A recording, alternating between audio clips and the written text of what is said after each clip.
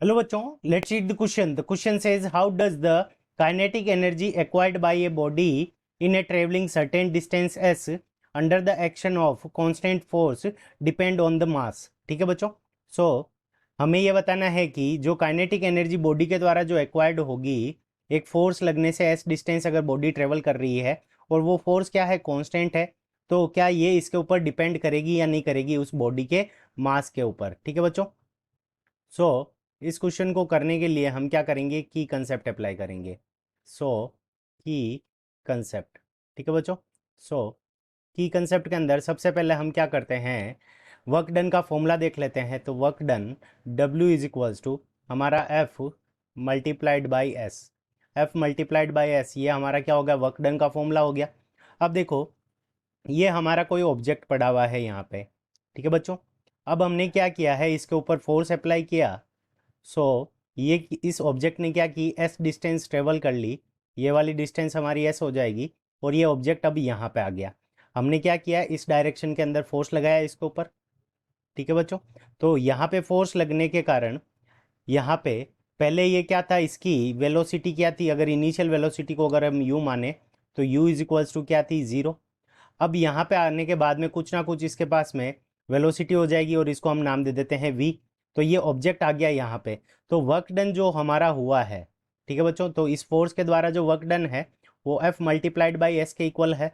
सो यहाँ पे हम क्या कर सकते हैं, लिख सकते हैं कि work done is equals to, तो वर्क डन इज इक्वल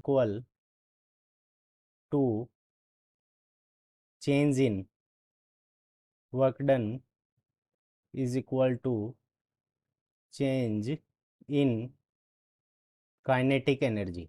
ठीक है बच्चों. तो जितना वर्क डन हुआ है वो क्या होगा, change in kinetic energy. Kinetic energy के ये क्या हो जाएगा, वर्क डन हमारा इक्वल हो जाएगा.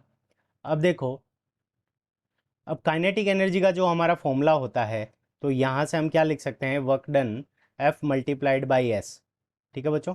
F multiplied by S is equals to, तो ये हमारा किसके इक्वल होना चाहिए, हाफ एम वी स्क्वायर के इक्वल होना चाहिए. ठीक है बच्चों. तो देखो क्या होगा कि अगर ऑब्जेक्ट का अगर हमारा मास ज़्यादा होगा, ठीक है बच्चों. सो अगर मान लेते हैं कि अगर हम दूसरा कोई ऑब्जेक्ट ले लेते हैं जिसका जो मास है वो पहले वाले ऑब्जेक्ट से डबल है, ठीक है बच्चों, तो इस कंडीशन के अंदर क्या होगा कि जो ऑब्जेक्ट होगा फोर्स लगाने पर उसकी जो डिस्टेंस ट्रेवल होगी वो हमारी क्या हो जाएगी, कम हो जाएगी बच्चों. तो इस कंडीशन के अंदर जब मास बढ़ेगा तो वेलोसिटी कम हो जाएगी और जब मास कम होगा तो वेलोसिटी बढ़ जाएगी. तो मतलब क्या हुआ कि हमारी जो काइनेटिक एनर्जी रहेगी फोर्स लगाने पर वो क्या रह जाएगी, कांस्टेंट रह जाएगी. और कांस्टेंट रह जाएगी इसका मतलब ये क्या हो जाएगा कि जो काइनेटिक एनर्जी है वो हमारी क्या हो जाएगी, इंडिपेंडेंट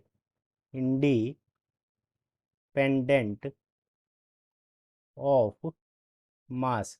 तो काइनेटिक एनर्जी हमारी क्या हो जाएगी, ये हमारी इंडिपेंडेंट ऑफ मास हो जाएगी, क्योंकि जब हमारा फोर्स कांस्टेंट है, ठीक है बच्चों, तो अगर हमारा मास बढ़ेगा तो उस कंडीशन के अंदर वेलोसिटी कम हो जाएगी और वेलोसिटी, अगर मास घटेगा तो हमारी वेलोसिटी बढ़ जाएगी. तो जो टोटल काइनेटिक एनर्जी रहेगी वो हमारी क्या रहेगी, कांस्टेंट रहेगी और वो इंडिपेंडेंट ऑफ मास हो जाएगी. सो independent of mass is the correct answer of this question. I hope you understood it well. Best of luck. Thank you.